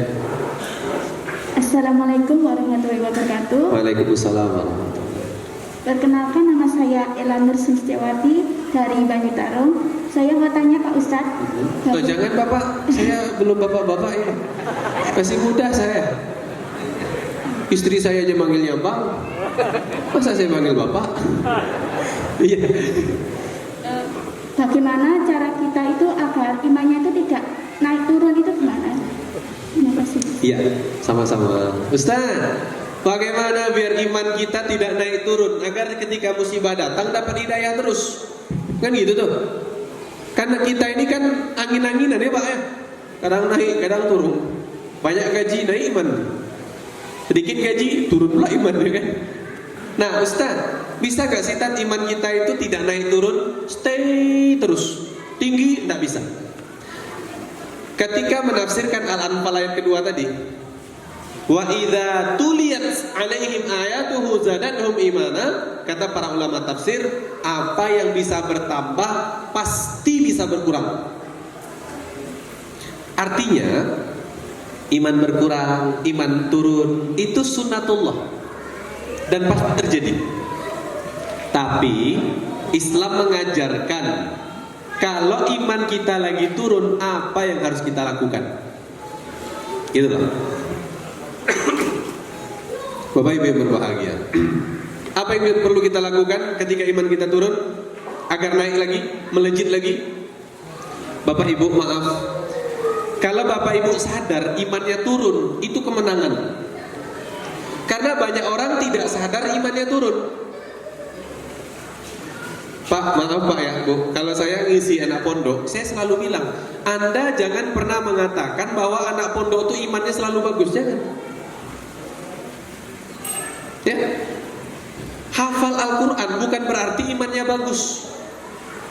Toh orang Belanda menghafal Al-Quran untuk menyesatkan orang Islam sendiri. Hafal hadis, jangan bilang iman Anda bagus. Karena tidak ada kata-kata tanda iman bagus, hafal Al-Quran itu tidak ada. Enggak ada. Yang ada disebut nama Allah, hatinya bergetar, kan gitu tadi tuh. Pak, maaf banget. Ada fase di mana saya susah bangun jam 3 subuh. Pak, paham Pak ya? Oke. Saya nih, ini saya introspeksi diri kala itu. Apa masalah saya? Di pondok toh dosanya nggak terlalu banyak, kan gitu ya. Ngelihat lawan jenis nggak ada. Apalagi yang buka aurat nggak ada Bu. Di pondok itu ya umi atau ustazah itu pakai jilbab, pakai cadar semua. Alhamdulillah nggak ada ngelihat yang macam-macam. TV nggak punya, handphone nggak punya. Akhirnya, saya coba setelah sholat itu merutinkan zikir yang biasa dan menambahnya. Oke ya, zikir yang biasa dan saya tambah. Alhamdulillah Pak, bisa bangun jam 3. Setelah lulus pondok Pak, di kehidupan dunia biasa, ketika susah sholat malam, sadar, kok saya sudah lama nggak sholat malam ini. Beberapa waktu nggak sholat malam. Coba saya zikirnya dibanyakkan lagi, bisa bangun Pak. Kalau Bapak Ibu berzikir dan mengingat Allah tidak bertambah iman dalam artian tak tersentuh hatinya, tidak apa-apa, terus-terusan aja. Subhanallah, subhanallah, subhanallah, subhanallah. Itu yang dicontohkan Nabi. Beliau Pak Rasulullah itu tidak pernah sekalipun melakukan aktivitas kecuali diawali, disertai, diakhiri dengan zikir. Masuk rumah, bismillahirrahmanirrahim, bismillahirrahmanirrahim, wa ala rabbina tawakkalna. Keluar rumah, bismillahirrahmanirrahim, wa la hawla wa la quwwata illa billah. Dari rumah ke masjid, Allahumma ja'al fi qalbi nuran, wa ja'al fi sam'i nuran, wa ja'al fi basari nuran, wa ja'al fi fammi nuran, wa ja'al fi lisani nuran, wa ja'al an yamini nuran, wa ja'al wa ja'al min khalfi nuran, wa ja'al min fawqi nuran, wa ja'al min tahti nuran. Allahumma ati nuran. Allahumma ja'al fi lahmi nuran, dammi nuran, sya'ri nuran. Itu jalan dari rumah ke masjid Pak. Itu Nabi. Pak, saya kalau baca sarah ini Pak, kadang nangis kenapa coba? Malu. Kita Nabi enggak. Temannya bukan Jibril Pak, teman kita tuh setan Pak. Paham Pak ya? Nabi yang bilang setiap kita ini ada setannya. Zikir kurang. Terus kalau ngomong ngerasa iman paling tinggi, betul kan? Mungkin doa dari rumah ke masjid gak hafalin. Jangan-jangan nggak hafal ya? Apalagi abah dekat banget, ngelangkah sampai. Tapi tetap saya yakin anak pondok itu diajarkan. Jadi hal pertama yang harus kita lakukan agar iman kita yang turun tadi naik, yang biasa tadi jadi bagus. Sebut nama Allah, banyak-banyak zikir. Ingat nama Allah. Subhanallah, alhamdulillah, Allahu akbar, la ilaha illallah. Silakan.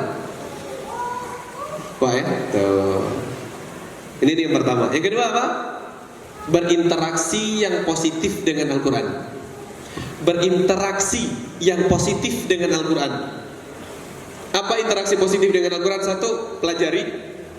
Kalau belum betul membaca, belajar membaca. Dua, dibaca, pelajari, baca, pahami, amalkan, sampaikan. Bisa kita dapat ini dalam kitab Al-Wafi fi Syarhil Arba'in An-Nawawi, ditulis oleh Dr. Mustafa Al-Bugha dan Muhyiddin Mistu. Interaksi yang positif dengan Al-Quran. Pelajari, baca, pahami, amalkan, sampaikan. Itu yang menaikkan keimanan. Dua, tiga, bertemu dengan orang soleh, bertemu dengan orang baik. Pak, masih ingat kisah Nabi Musa dihanyutkan di Sungai Nil? Kemudian Fir'aun dengan istrinya Asia binti Muzahim lagi mau ke Sungai Nil. Fir'aun lihat, Fir'aun mau bunuh Nabi Musa yang masih bayi yang dihanyutkan dalam keranjang. Apa kata istrinya? La taqtuluh, jangan bunuh dia. Ini bisa menjadi penyejukku dan kamu. Kita ambil saja. Memahami ayat ini, Profesor Dr. Muhammad Bakar Ismail dalam kitab Mu'minat Selahunna Indallahi Sya'an, apa kata beliau? Jadi Asia binti Muzahim itu imannya bertambah ketika melihat Musa yang masih kecil menjadi cikal bakal Nabi dan Rasulnya Allah. Bayangkan Pak. Pak, iman kita tuh bisa nambah kalau kita ngelihat orang soleh, ulama. Maaf Pak, saya tidak bilang diri saya soleh, tapi saya masih ada bukti chatnya. Waktu itu saya belanja di salah satu toko, kebetulan satpamnya itu jamaah saya. Biasa ngaji dengan saya. Saya tidak tahu beliau jamaah saya. Dan beliau itu ragu-ragu karena saya datang pakai topi, pakai kaos. Nggak ada pakai peci, pakai koko, nggak ada. Pakai baju kaos biasa, pakai topi, kayak preman kan Pak. Dia lihat siapa. Dia nggak tahu Pak, bingung. Selesai belanja, saya pulang, dia nanya, jenengan Ustaz Ransi toh? Oh iya. Masya Allah, Tan, maaf saya tadi nggak tahu. Saya tuh sudah mikir-mikir ini kayaknya Ustaz Ransi, tapi saya ragu Tan. Oh iya, nggak apa-apa. Makasih Tan udah belanja di sini. Oh iya, makasih sudah dijagain mobil saya. Beliau satpam. Sudah pulang. Ya udah saya pulang dulu. Sebelumnya cerita macam-macam, ikut kajian di mana aja, oke? Saya pulang. Beliau di Instagram chat DM, ngirim pesan. Assalamualaikum Tat, ini saya yang tadi ketemu di toko, saya satpamnya. Saya jamaah Ustadz ikut ke sana. Alhamdulillah Ustadz, ketemu Ustadz tadi iman saya nambah. Coba. Padahal istri saya tiap hari ketemu saya itu. Adik-adik saya nambah Pak. Makanya adik-adik di rumah tak sindir, kalian ada iman nggak ya? Pak, Bu, kadang-kadang masalah orang Indonesia itu juga di situ. Orang Arab Pak, Bu, ketemu Nabi saban hari dapat hidayah Pak. Coba Bapak Ibu saban hari ketemu Ustaz, bosen kan?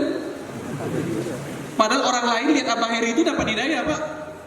Tapi warga sini ngeliat beliau biasa aja gitu. Padahal orang lain di luar itu termotivasi. Ini nih yang membuat pondok gratis. Semua orang itu kagum. Orang Temanggung biasa aja. Itu Pak. Itu kekurangan orang kita. Bertemu orang soleh. Bapak Ibu ya. Ini sebenarnya masih banyak. Ada nanti juga orang sakit. Ada ziarah kubur. Ziarah kubur itu nambah iman sebenarnya. Karena mengingat kematian sebenarnya. Tapi agak tidak terlalu banyak. Jam 9 jam 10. Udah siang ya. Cukup mungkin Bapak Ibu ya. Cukup mungkin ya? Oh, ada yang mau bertanya terakhir, bapak-bapak mungkin difasilitasi. Nanti kan dibilang ustadznya pilih kasih lagi, ibu-ibu terus aja. Ya, mic-nya di belakang, tolong gitu. Ya, ini terakhir bapak ibu. Bismillahirrahmanirrahim. Assalamualaikum Ustaz. Waalaikumsalam. Afana dari Bapak Pemana dari Wonokerso Tebal mau bertanya. Di musim Covid ini mungkin tolong dijelaskan Ustaz. Mungkin kita lagi diuji. Mungkin dalam Al-Quran kita sudah diperintahkan pada ati Allah wa ati Rasul wa ati ulil amri minkum. Iya. Mungkin ketika kita diuji dengan ketaatan kepada Allah, kita sudah terbiasa. Ketaatan dengan Rasulullah, dengan mempelajari sunnah-sunnahnya, kita terbiasa. Nah, mungkin Ustaz, inilah ujian atau ada yang ulil amri minkum. Iya. Ketika kita disuruh taat dengan penguasa, dengan mematuhi protokol, apa kadang-kadang hati kita berontak. Iya. Apakah itu termasuk ujian? Terus bagaimana cara kita menanggapinya Ustaz? Iya. Mungkin itu saja. Ustaz. Assalamualaikum warahmatullahi wabarakatuh. Waalaikumsalam warahmatullahi wabarakatuh. Ini pertanyaan terakhir dan melengkapi materi kita bagi saya. Bapak Ibu yang berbahagia, Allah Subhanahu wa taala berfirman, "Atiullah wa atiur rasul wa ulil amri minkum." Allah taati, Rasulullah taati. Ujian ketaatan kepada Allah sering. Ujian ketaatan kepada sunnah-sunnah Rasulullah sering. Tapi hari ini kita diuji taat kepada ulil amri. Ulil amri itu Pak, bisa pemerintah, bisa ulama. Gitu ya. Bisa pemerintah, bisa ulama. Gitu ya. Kalau beliau pemerintah dan ulama hebat lagi. Kayak Muhammad Al-Fatih, seorang ulama, seorang pemerintah, seorang presiden, khalifah. Begitu ya. Nah, Ustaz, apakah ketika hati kita dongkol diminta untuk memenuhi protokol kesehatan itu termasuk maksiat? Termasuk maksiat. Hanya saja sesuatu yang sifatnya di hati tidak diucapkan, oke, tidak divisualisasikan dalam bentuk perbuatan, maka dia tidak bernilai dosa. Dia dongkol, tapi dia hati senyum. Kamu terima? Insya Allah. Gak apa-apa tuh pakai masker? Insya Allah. Hatinya tuh, gitu kan? Maka berdasarkan hadis Nabi SAW, dosa umatku hanya yang dikeluarkan dari hatinya, maka ini tidak termasuk dosa. Tapi sebenarnya kapan dia akan berdosa? Ketika itu dikeluarkan. Dia dongkol ngomong, apa ini, repotin aja, keluar kata-kata ini. Paham Bapak Ibu ya? Dan kata Imam Al-Ghazali, orang kalau sudah berbicara hatinya yang negatif, sulit tidak mengeluarkan dalam bentuk perkataan dan perbuatan. Kalau hati sudah negatif itu, cobalah Bapak Ibu kalau dengar kajian gak suka, udah cemberut itu, betul kan? Apalagi kalau cerita poligami, ibu-ibu sudah mau senyum itu masih udah berat. Bapak Ibu ya, kecuali istri saya, karena dia tahu saya bercanda. Nah senyum aja, ketawa-ketawa, nggak mungkin, dan gitu Bapak Ibu ya, ketawa aja. Tapi kalau sudah bicara poligami, yang lain mungkin, nah, ini sudah bentuk mengeluarkan dari isi hati nih, paham Bapak Ibu ya? Jadi kalau masih di hati, tidak keluar dia tidak menjadi dosa. Tapi begitu keluar dalam bentuk apapun, termasuk tatapan, dosa. Sebagaimana senyum itu ibadah, maka cemberut itu dosa. Paham Bapak Ibu? Jadi jangan lagi cemberut kalau datang kajian, senyum aja. Berat pakai masker saja. Mohon maaf nggih, kata misalkan Abah ya. Mohon maaf selama masa Covid kita kalau kajian tolong pakai masker. Walaupun dalam hati berat. Nanti kita tolong cuci tangan. Hilang bedak-bedak nempel di tangan kan, cuci tangan kan. Lotion, body lotion itu hilang tuh, gitu kan. Nah, Bapak Ibu berusaha seperti itu. Ya, berusaha seperti itu. Nah, kalau kita bisa menahannya tetap di hati, aman. Karena Bapak Ibu ingat, ulil amri itu ulama, ya pemerintah yang dalam artian positif, itu kita harus tahan. Lampu merah, pemerintah udah. Kecuali tengah malam mungkin gak ada orang sama sekali, ya itu masing-masing lah Bapak Ibu ya. Tuh. Itu ya. Jadi walaupun pemerintah, walaupun dokter, tapi yang disampaikan ini kebaikan, tetap diambil. Karena itu dianggap ulil amri dalam masalah itu. Gitulah. Jadi nggak boleh pula kita, nggak ada zaman Nabi lampu merah, nggak ada Pak. Mic juga nggak ada. Ini nggak boleh semua ada kamera. Nah, pernah Pak dulu ada ceramah, tak boleh ada kamera dulu. Setelah sekian waktu saya lihat beliau ada pakai kamera, tak marah. Mungkin sadar mungkin Pak ya. Dulu saya punya teman Pak, lampu merah nggak berhenti, lampu hijau berhenti Pak. Teman saya dulu Pak. Ini bukan aturan Allah, dia bilang. Tidak boleh kita taat, tauhid, betul. Teman saya dulu itu, ngeri Pak. Lampu merah jalan, nggak pakai SIM, bangga. Nggak punya KTP, bangga. Ditangkap sama polisi, pakai sorban, pakai peci. Mana helm? Ini lebih aman daripada helm, dia bilang. Anak SD juga tahu Pak, helm lebih bagus daripada peci, betul kan? Coba dibenturin itu ke tembok kan? Nah kadang-kadang Pak salah paham. Betul, presiden kita hari ini tidak pakai Al-Quran dan hadis. Tapi ketika dia menyeru kepada yang benar dan baik, ambil. Lampu merah misalkan, perlu kita memenuhi prosedur protokol kesehatan misalkan, penuhi saja. Ya, penuhi saja, tidak ada masalah. Saya pun dengan Mas Heri selalu bilang, Mas, perizinan diurus, nanti protokolnya dipenuhi. Jangan sampai kita menampakkan Islam, tapi Islam yang tidak baik, jangan. Islam itu bukan agama yang kaku, bukan Islam itu agama yang keras, bukan. Islam adalah agama yang dia itu sifatnya elastis, selagi intinya tidak dirubah. Itu, cuma itu saja. Gini itu Pak.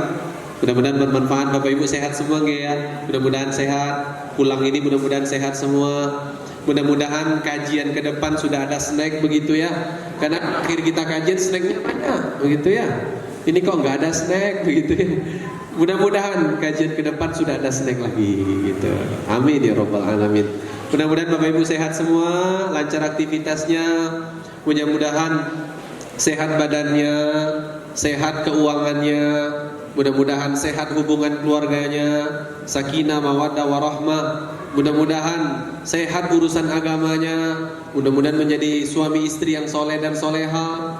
Allah berikan anak yang bertakwa, yang qurrata a'yun. Allah berikan tetangga-tetangga yang baik, tetangga-tetangga yang menjadikan kita semakin dekat kepada Allah. Mudah-mudahan dengan itu semua bahagia kita di dunia, bertetangga kelak kita di surganya. Amin ya Rabbal Alamin. Mohon maaf hanya salah dan kurangnya dari kami cukupkan. Kembalikan kepada pembawa acara. Di jalan hati-hati. Mudah-mudahan dari kajian ini sampai kalau bertemu lagi sehat semuanya. Amin ya Rabbal Alamin. Assalamualaikum warahmatullahi wabarakatuh.